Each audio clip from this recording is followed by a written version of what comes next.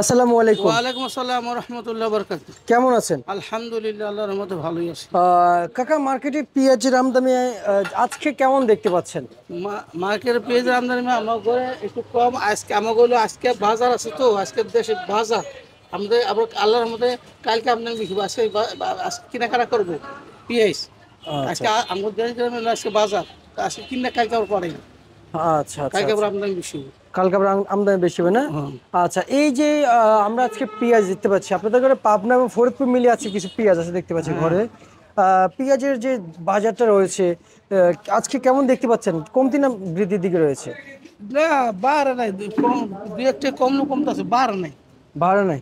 না। আচ্ছা, আমরা তো বুঝি যে পেঁয়াজের ঝাঁজ বেড়ে গেছে, এটা বুঝতে পেঁয়াজের দাম বেড়ে গেছে। হ্যাঁ। সেই পেঁয়াজের যে ঝাঁজ হ্যাঁ। আসলে কতটুকু সম্ভাবনা দেখছেন এই মুহূর্তে? এই মুহূর্তে মনে করো কি, আমরা তো মনে করছিলাম কি এসি পেঁয়াজ যখন আসে নাই, তাহলে দেশি পেঁয়াজ বাড়বো, তো ওই হিসাবে তো দাম বাড়ে নাই। এসি পেঁয়াজ আসে নাই, দামও বাড়ে নাই। আর এলসি পেঁয়াজ বন্ধ হয়ে গেছে, বাজারে কমে বাজার গেছে। কমে আসছে। আচ্ছা আচ্ছা এর আচ্ছা। এলাকা কাঁচা মাল, এলো ধর্ম এটাই। কখন কি করে আল্লাহ জানে, কখন বাড়ে কমে বোঝা যাচ্ছে না। সব তো আমরা বুঝছিলাম যে এলসি পেঁয়াজ আহে না, দেশি পেঁয়াজ বাড়বে। আচ্ছা আচ্ছা, মানে সে আর আবাস পাচ্ছেন না, বাড়বে না। আর বাড়ে না না?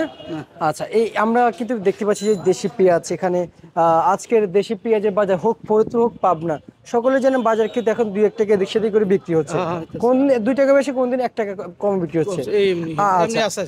আজকে আসলে কত টাকা বিক্রি চলছে? আমাদের আছে, আমার ঘরে আছে মনে করি 57 থেকে শুরু করে 62 টাকার মধ্যে আছে। কালকে যে দাম আসলে এই দামে আজকে রয়েছে। আচ্ছা আচ্ছা আচ্ছা। আজকে মাত্র মনে করো কি যে এত আমদানি হয় নাই, আগামীকাল আমদানি হওয়ার সম্ভাবনা বেশি। আজকে বাজার আমাদের গ্রামে, আজকে সবাই কেনাকাটা করবো, আজকে রাত্রে পাড়াইবো না।